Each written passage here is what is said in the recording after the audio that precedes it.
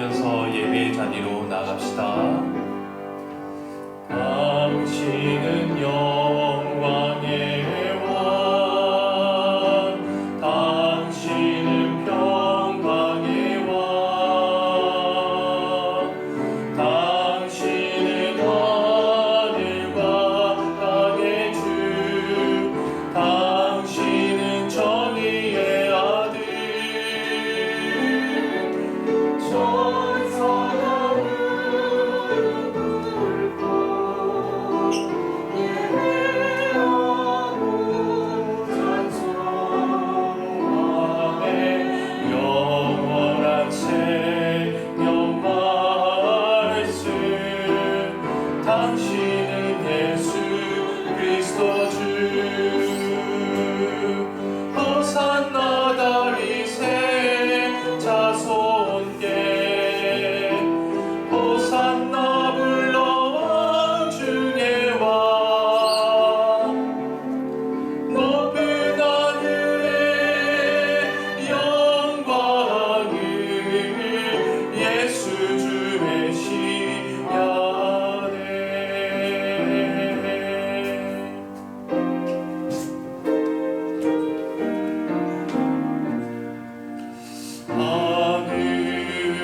하늘에 계신 아버지, 이름 거룩하사 주님 나라 임하시고 뜻이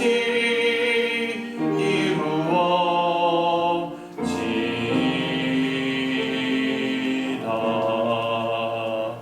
일용할 양식 주시고 우리들의 큰 죄 다 용서하시고 또 시험에 들게 마시고 악에서 구원하소서. 내게 주의 나라 주의 권세 주의 영광 영원히 아멘.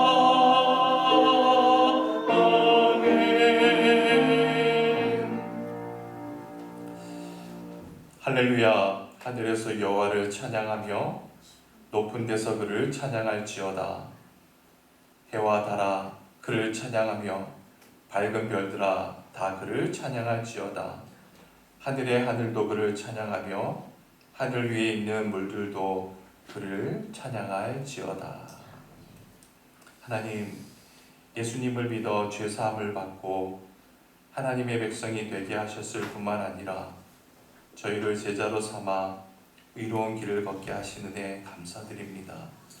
하나님께 받은 사랑이 너무나도 크고 높아서 저희는 만입을 가지고 찬송하여도 온전히 영광 돌릴 수 없습니다.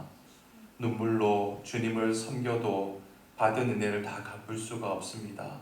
오직 감사로 예배하오니 이 예배를 받아주시고 허물을 자복할 때 용서해 주시며 간절한 소원을 아를 때 귀를 기울여 드려주시고 우리의 찬송과 예물드림이 주님 앞에 향내와 같이 연락되게 하여 주옵소서. 예수님의 이름으로 기원하옵나이다. 아멘.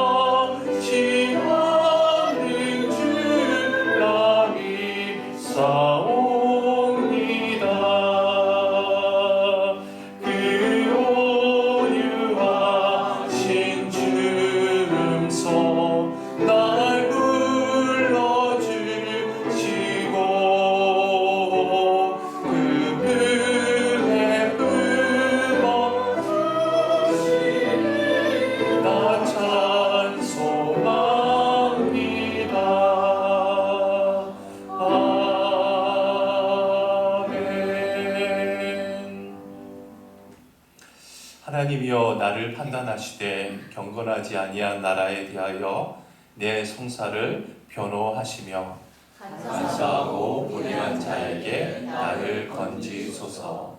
주는 나의 힘이 되신 하나님이시거늘 어찌하여 나를 버리셨나이까. 내가 어찌하여 원수의 억압으로 말미암아 슬프게 다니나이까. 주의 빛과 주의 진리를 보내시어 나를 인도하시고 주의 거룩한 산과 주께서 계시는 곳에 이르게 하소서. 그런즉 내가 하나님의 제단에 나아가 나의 큰 기쁨의 하나님께 이르리이다. 하나님이여 나의 하나님이여 내가 수금으로 주를 찬양하리이다.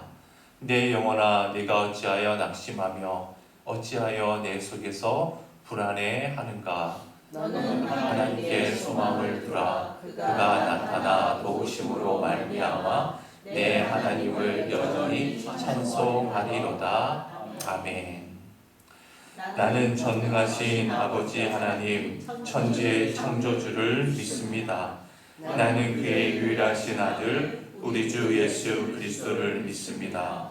그는 성령으로 잉태되어 동정녀 마리아에게서 나시고 본디오 빌라도에게 고난을 받아 십자가에 못 박혀 죽으시고 장사된 지 사흘 만에 죽은 자 가운데서 다시 살아나셨으며 하늘에 오르시어 전능하신 아버지 하나님 우편에 앉아 계시다가 거기로부터 살아있는 자와 죽은 자를 심판하러 오십니다.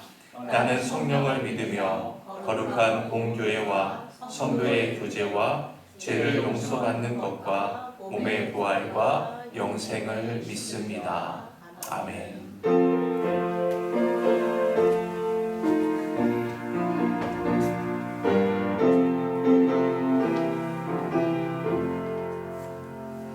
크고 놀라운 평화가 내게 있네.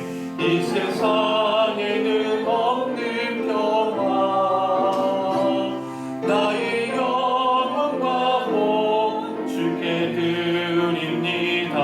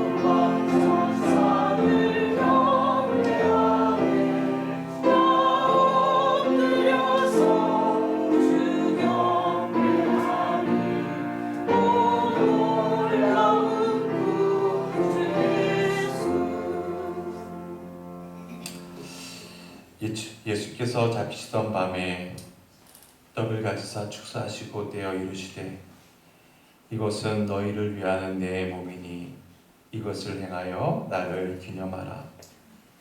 식후에 또한 이와 같이 잔을 가지시고 이르시되 이 잔은 내 피로 세운 새 언약이니 이것을 행하여 마실 때마다 나를 기념하라.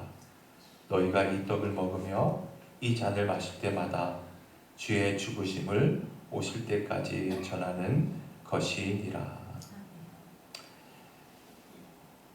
사랑의 하나님, 이 시간 주의 만찬 가운데 주님의 한량없는 은혜를 다시 경험하고 우리도 그리스도를 위한 고난의 길을 걸어가기를 소망합니다. 우리의 죄를 대신하여 십자가에서 죽으신 주님을 생각하며 죄를 미워하고 죄의 쇠사슬을 끊어버리기를 갈망하는 믿음의 결단이 있게 하여 주옵소서. 이제 주의 살과 피를 들고 축사하오니 성찬식에서 누린 이 기쁨과 감격을 한 주간의 삶에서 다른 이들에게도 나누어 줄 수 있는 은혜가 있게 하여 주옵소서. 예수님의 이름으로 축사하며 기도드리옵나이다. 아멘.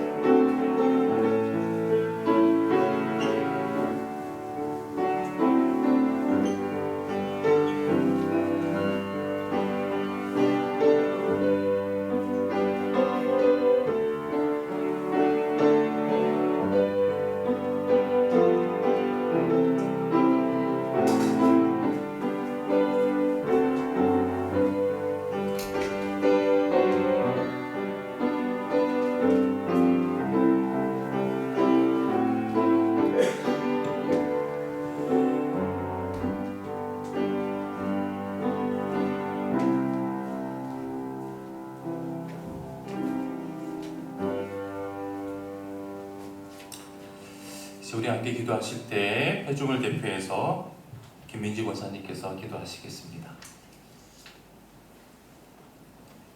하나님을 경외하는 자들과 그의 인자하심을 바라는 자를 기뻐하시는 사랑의 하나님, 주일 아침 거듭난 생명을 주시고 예배의 자리로 말씀의 자리로 부르셨습니다. 이제는 보내는 자녀들의 세워짐을 함께하여 주시옵소서. 아멘. 저희들의 시간이 또한 물질이 행함이 오병이어의 드려짐이 되도록 인도하시고 먹고도 남은 것이 12광주리처럼 풍요가 있는 하나님 나라인 줄 믿습니다. 아멘. 주인의 상에서 떨어지는 부스러기마저 먹고자 했던 가나안 여인의 간곡한 부르짖음을 입으로 고백하게 하신 예수님, 지금도 사람의 마음을 감찰하시는 아버지, 목자를 잃어버리지 않고 주의 음성을 따라가기를 기도하고 원하옵나이다. 아버지.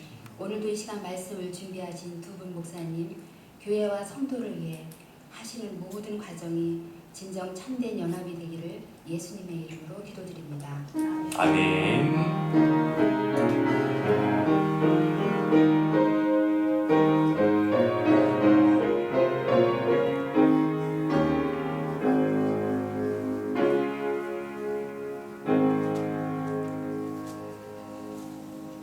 지금 하나님께서 우리에게 주시는 말씀입니다. 요한복음 12장 12절로 19절의 말씀입니다. 우리 다 일어나서 오늘 주실 말씀 받들어 봉독합시다. 시작. 그 이튿날에는 명절에 온 큰 무리가 예수께서 예루살렘으로 오신다는 것을 듣고 종려나무 가지를 가지고 맞으러 나가 외치되 호산나 찬송하리로다. 주의 이름으로 오시는 이 곧 이스라엘의 왕이시여 하더라. 예수는 한 어린 나귀를 타고 타시니 이는 기록된 바 시온 따라 두려워하지 말라. 보라 너의 왕이 나귀 새끼를 타고 오신다 함과 같더라. 제자들은 처음에 이를 깨닫지 못하였다가 예수께서 영광을 얻으신 후에야 이것이 예수께 대하여 기록된 것임과 사람들이 예수께 이같이 한 것임이 생각났더라. 나사로를 무덤에서 불러내어 죽은 자 가운데서 살리실 때에 함께 있던 무리가 증언한지라. 이에 무리가 예수를 맞음은 이 표적 행하심을 들었음이러라. 바리새인들이 서로 말하되 볼지어다. 너희 하는 일이 쓸데없다. 보라 온 세상이 그를 따르는도다 하니라. 이는 하나님의 말씀입니다. 아멘. 며칠 전에 제가 감동적인 글을 읽게 되었습니다. 20대의 젊은 나이에 자기 목숨처럼 한 여인을 사랑했던 청년이 있습니다. 얼마나 그녀를 사랑했던지 서울에서 대학을 졸업한 청년은 아예 그녀가 있는 부산의 한 대학원으로 진학을 하게 되었습니다. 서울에서 함께 대학을 다니다가 뜻하지 않게 백혈병에 걸려서 낙향한 채 생사의 기로에서 투병하고 있는 그녀를 곁에서 보살펴주기 위함이었습니다. 그래서 대학원에 나가는 시간을 제외하고는 그녀의 병실을 떠나지 않았습니다. 그녀에 대한 청년의 헌신적인 사랑은 참으로 지극했습니다.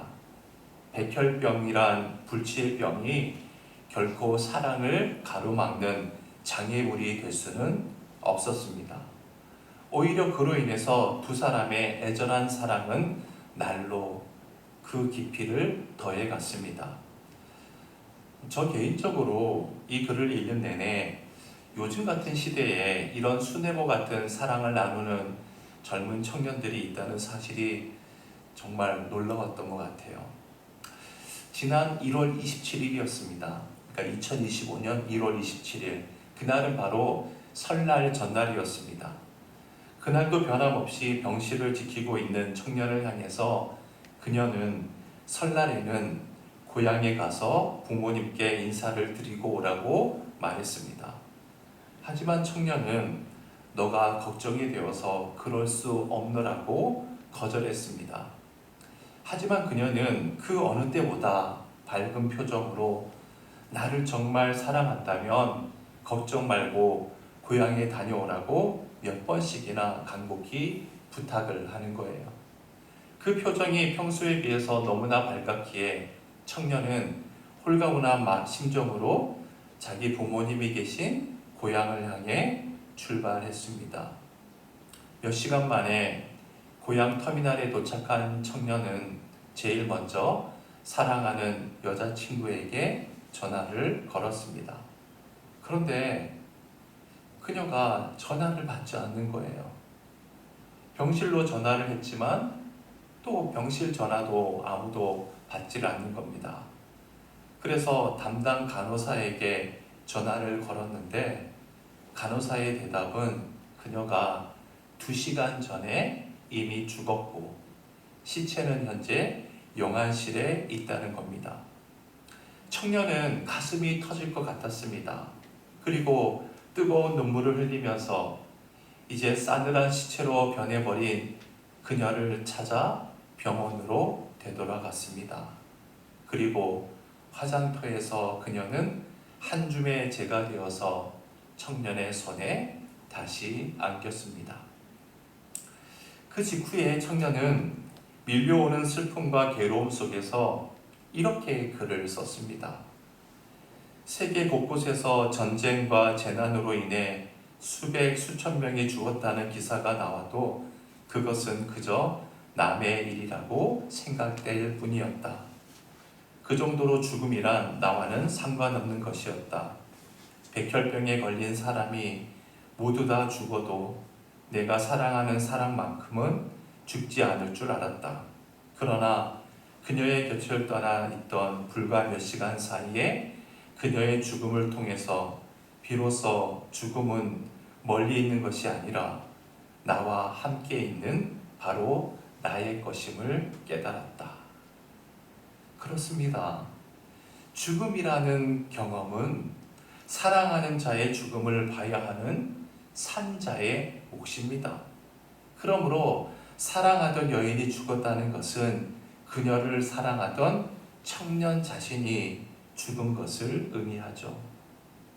여러분, 죽음이 멀리 있는 것이 아니라 지극히 가까이 있다는 것, 죽음이 남의 것이 아니라 나 자신의 것이라는 것을 직접 경험해 보았기에 그 청년은 인생의 참 의미에 대해서, 다시 말해서 살아있다는 것이 무엇을 뜻하는 것인지 비로소 생각하는 자가 되었습니다. 그 젊은 나이에 그토록 사랑하는 여인을 잃었다는 것, 그 자체만은 크나큰 비극이 아닐 수가 없습니다.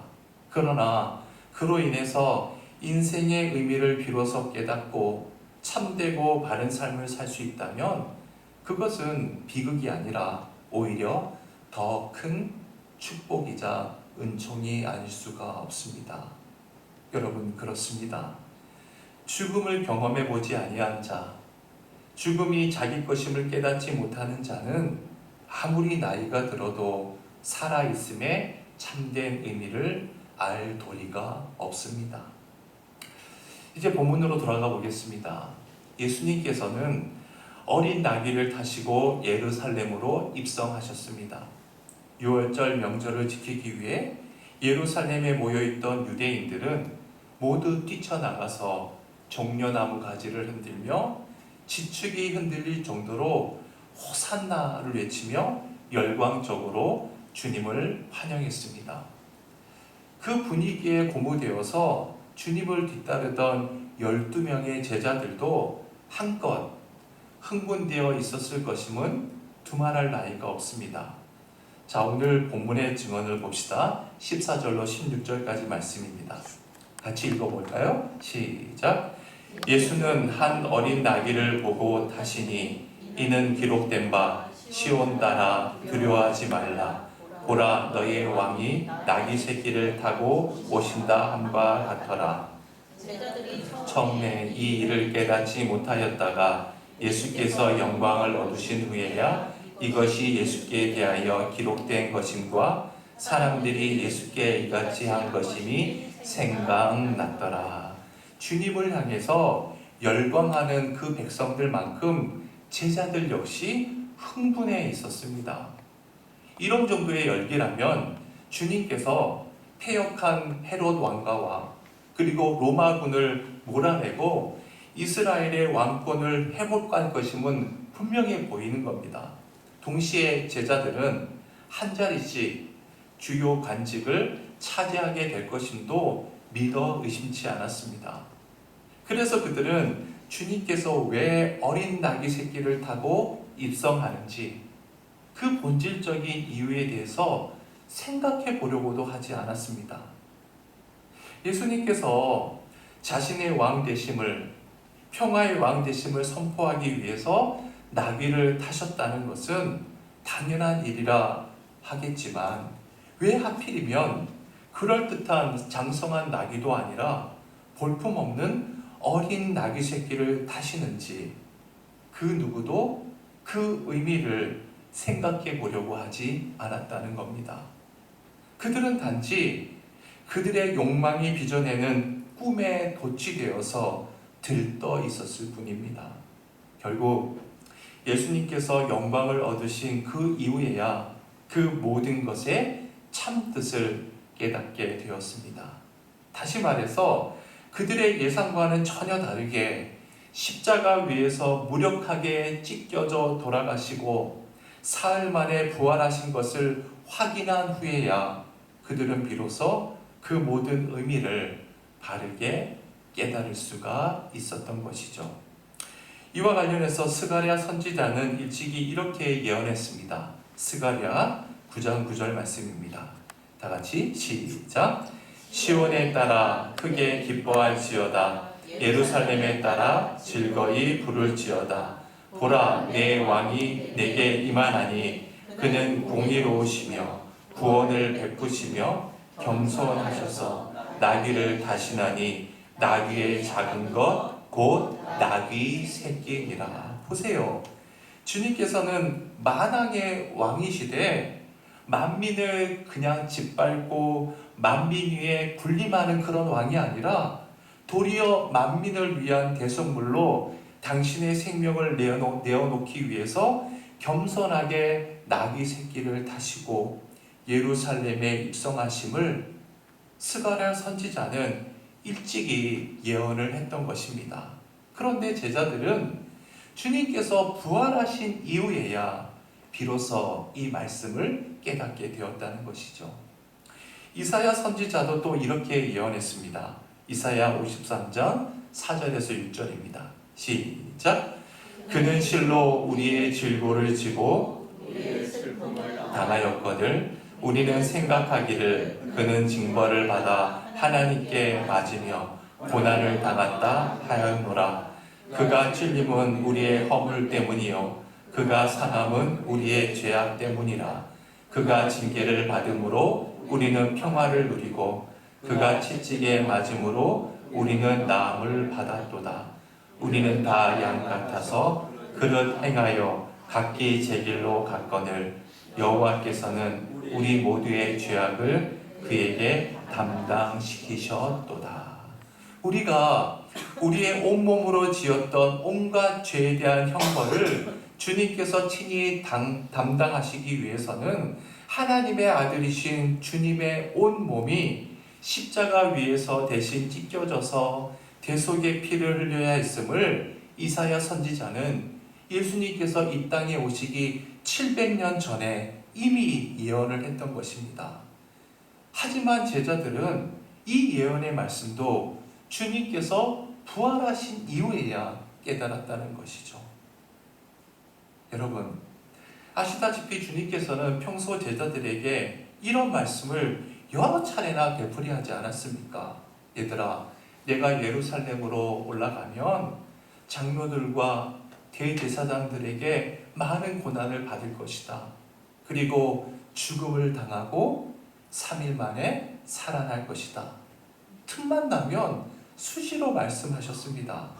그러나 제자들은 하나님의 아들이신 메시아가 하찮은 인간의 손에 죽는다는 것, 그것이 아무리 주님의 말씀이라 할지라도 제자들이 보기에는 결코 있을 수 없는 일이었던 것입니다. 한마디로 예수님의 말씀을 농담으로 여긴 거예요. 그래서 베드로가 예수님을 붙잡고 그런 소리랑 하지 말라고 예수님을 함부로 꾸짖었다가 도리어 무슨 얘기를 듣습니까? 사탄아 물러가라 라고 하면서 예수님에게 호되게 책망을 당하잖아요. 결국 구원자이신 주님께서 친히 죽으셨다가 죽음을 이기고 다시 살아남으로써만 인간이 사망의 권세로부터 영원히 벗어날 수 있음을 주님께서 부활하신 이후에야 제자들은 바르게 깨닫게 된 것입니다. 그렇습니다. 모든 것을 버린 채 생명을 걸고 주님을 따르던 제자들이 주님께서 처참하게 죽으시는 그 현장을 봐야만 했다는 것은 바로 그 순간 제자들 역시 죽은 것을 의미합니다.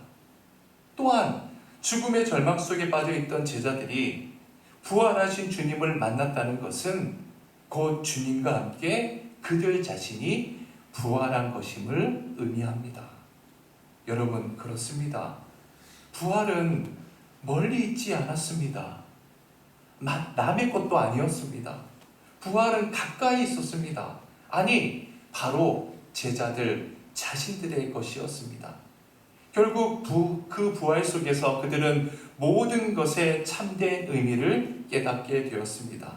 무엇보다도 죽음의 참된 뜻을 분명하게 깨닫게 된 것입니다.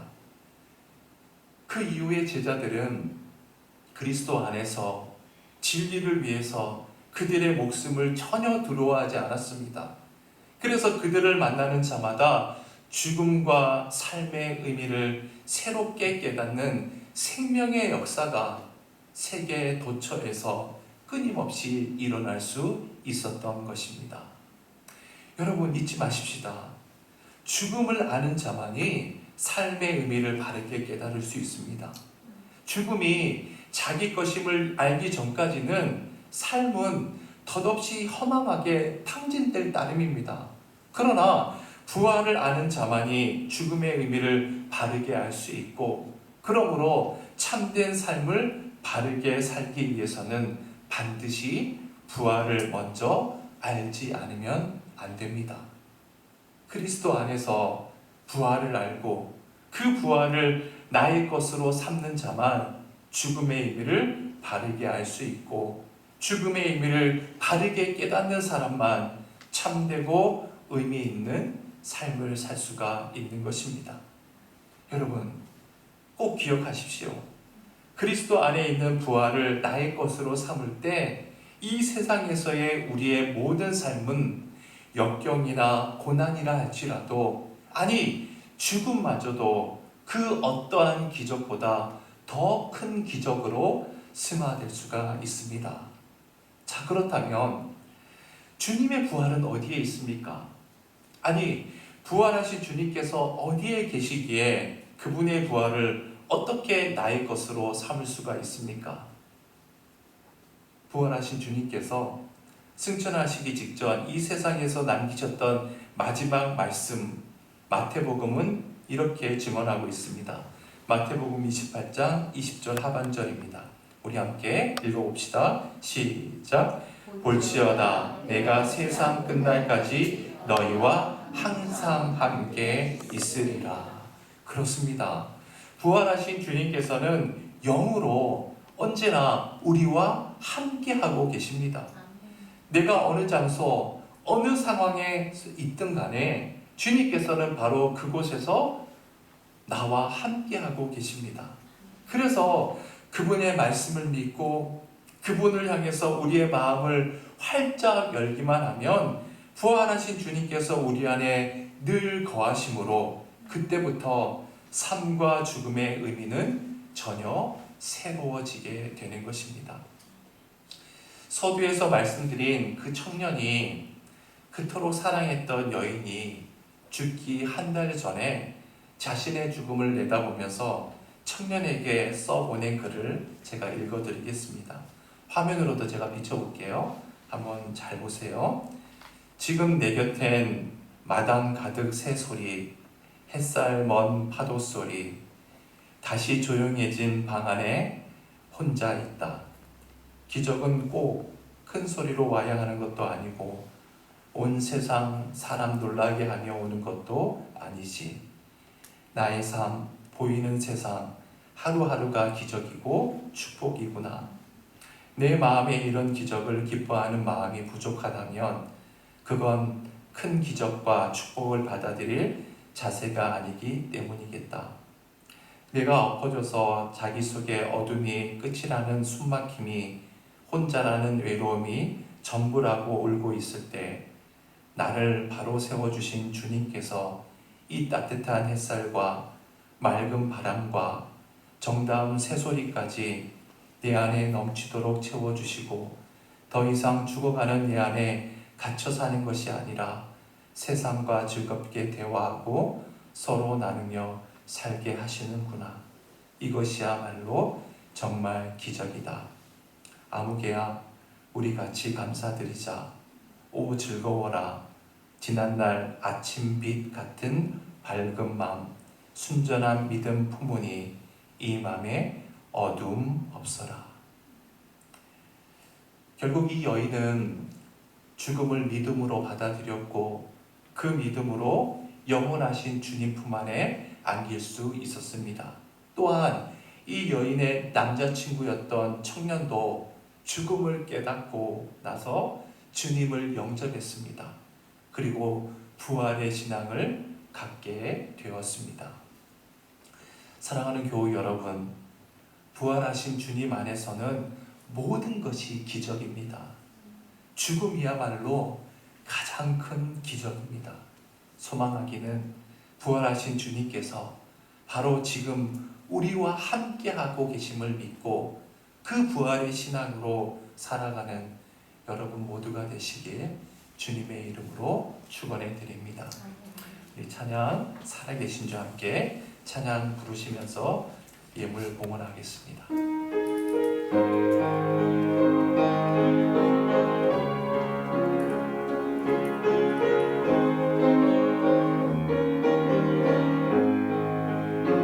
주 하나님 독생자 예수 날 위하여 오시었네. 내 모든 죄 용서하시고 죽음에서 부활하신 나의 구세주 살아계신 주 나의 참된 소망 걱정 근심 전혀 없네. 사랑의 주 내 갈 길 인도하니 내 모든 삶의 기쁨 늘 충만하네. 주 안에서 거듭난 생명 도우시는 주의 사랑 참 기쁘다. 하신 가지고 예수님의 도우심을 믿으며 살리. 살아계신 주 나의 참된 소망 걱정 근심 전혀 없네. 사랑의 주 내 갈 길 인도하니 내 모든 삶의 기쁨 늘 충만하네. 그 언젠가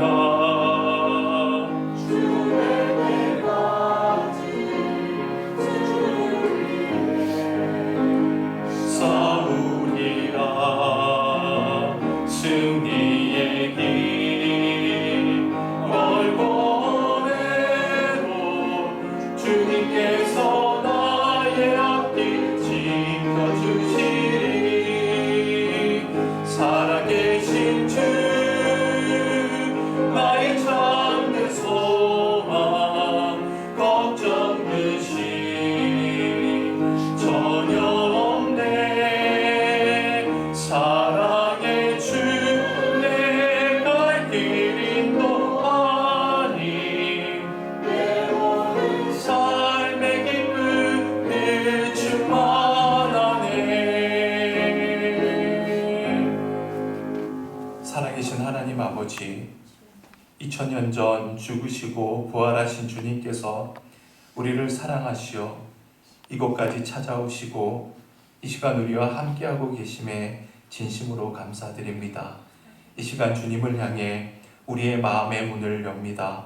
부활하신 주님께서 우리 속에 들어와 주시고 우리가 부활이신 주님 안에 거하게 하여 주옵소서. 부활이신 예수 그리스도 안에서 삶과 죽음의 새로운 의미를 발견하게 하시고 전혀 새로운 삶, 영원한 삶을 살도록 인도하여 주옵소서. 부활이신 예수 그리스도 안에서 하루하루의 삶이 기적임을 경험하게 하시고 이 땅에서의 삶이 끝나는 날 기적 중에 가장 큰 기적인 죽음을 통해서 영원한 부활, 영원한 생명으로 들어가게 인도하여 주옵소서. 이제 주님께 여러 가지 명목으로 예물을 드립니다. 드리는 예물마다 복 내려 주시고 이 예물이 쓰이는 곳마다 주님의 이름이 꽃처럼 아름답게 만개하게 하옵소서. 직장의 일로, 사업의 일로, 새벽부터 밤늦게까지 일하는 성도들의 고단한 삶을 위로하여 주시고 저들의 살림이 넉넉해지는 복과 은혜를 주시며 교우님들이 계획하고 운영하는 모든 일들이 풍성해질 수 있도록 함께하여 주옵소서. 이제는 예수 그리스도의 은혜와 하나님의 사랑하심과 성령의 교통하심이 부활하신 주님께서 지금도 앞으로도 우리와 함께하고 계심으로 주님 앞에 가는 그날까지 부활의 신앙으로 살아갈 것을 다짐하고 결단하는 주의 권속들 머리머리 위에 이제로부터 영원히까지 함께 하시길 간절히 축원하옵나이다. 아멘.